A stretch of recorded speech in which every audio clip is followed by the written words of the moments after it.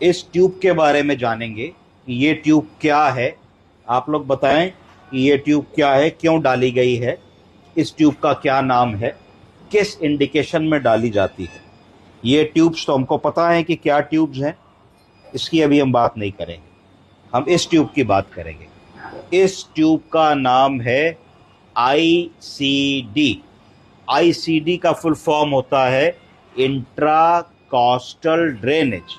इंट्राकॉस्टल drainage का दूसरा नाम क्या होता है बताइए। इसको चेस्ट ट्यूब भी कहते हैं। क्यों? क्योंकि ये छाती के अंदर डाली जाती है। और इसको ट्यूब थोरेकॉटमी भी कहते हैं। तो ये कहाँ डाली जाती है? ये पसलियों के बीच से रास्ता बना के डाली जाती है। दो पसलियों के बीच में जो बोन्स होती हैं उनको इंटरकॉस्टल बोन कहते हैं। क्या कहते हैं? दो पसलियों के बीच में, दो कोस्टा रिब्स के बीच में जगह बना के जब हम अंदर जाते हैं उसको थोरेकॉटमी, चेस्ट ट्यूब या आईसीडी कहा जाता है। आईसीडी डालने की जरूरत क्यों पड़ती है? इंट्राकॉस्टल ड्रेनेज ट्यूब की जरूरत इसलिए पड़ती है, जो लंग हमारा है, जब हम सांस लेते हैं तो फेफड़ा फैलता है।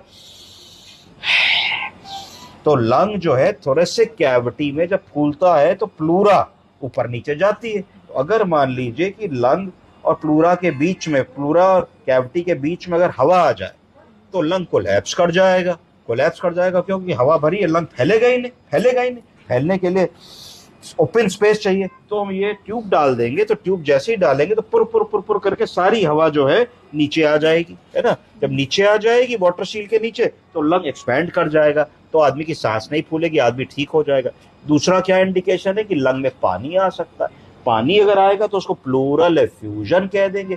अगर प्लूरल एफ्यूजन आएगा लंग में तो इसका मतलब यह है कि फ्लूइड आने की वजह से लंग एक्सपैंड नहीं कर रहा, तो आपने इंटरकॉस्टल ड्रेनेज डाला, जो भी पानी है वो निकल आया तो फिर लंग को फैलने की जगह मिल गई।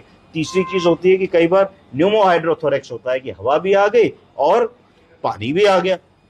तीसरी चीज कई बार पायोथोरेक्स होता है, पस जैसी चीज आ जाती है। कई बार हेमोथोरेक्स होता है, ब्लड जैसी चीज आ जाती है। तो कुछ भी ऐसा आएगा आर्टिकल तो आप इस तरीके से उसको ड्रेन कर सकते हैं।